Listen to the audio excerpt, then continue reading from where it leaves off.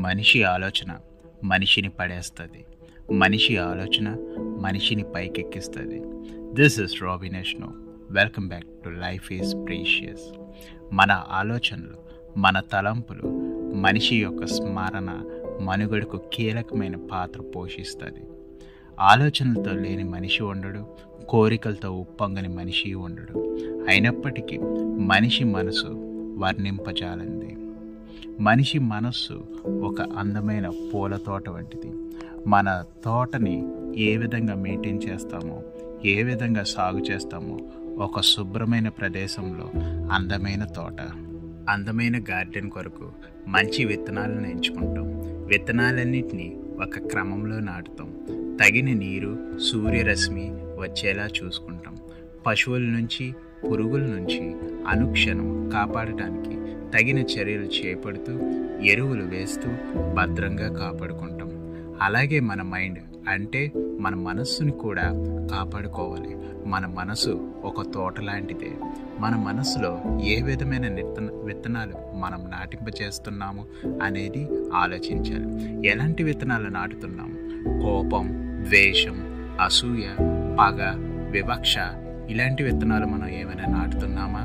లేదా ప్రేమ, ఆప్యాయత, జాలి, కనికరం, శాంతిని ప్రేమించుట ఇలాంటివి మనం ఏమైనా ప్రయత్నం చేస్తున్నామా అనేది ఆలోచిద్దాం.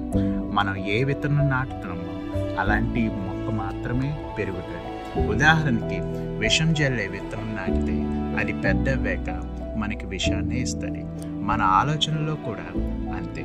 మనం ఏ ఆలోచనలతో మనసు నింపుతామో అవే ఆలోచనలు మన వైపు నుంచి కార్యరూపంలో ప్రబలతాయి.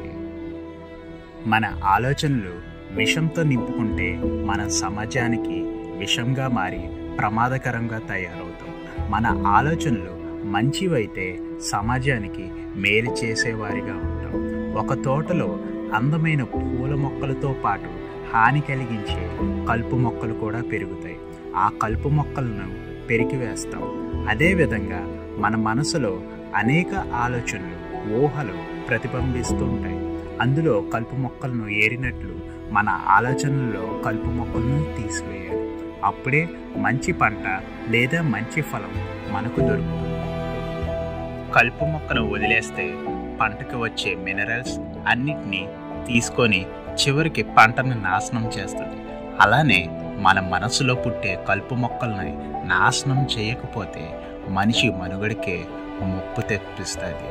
మన ఆలోచనలు మన ఆధీనంలో ఉన్నాయా, ఎటువైపుకి వెళ్తున్నాం అనేది మనం గమనించుకోవాలి. మన మనస్సులో పుట్టుకొచ్చే కలుపు మొక్కలను మనం అంతం చేయాలి. అప్పుడు జీవితంలో నిజమైన సంతోషం, ఆనందాన్ని పొందగలుగుతాం.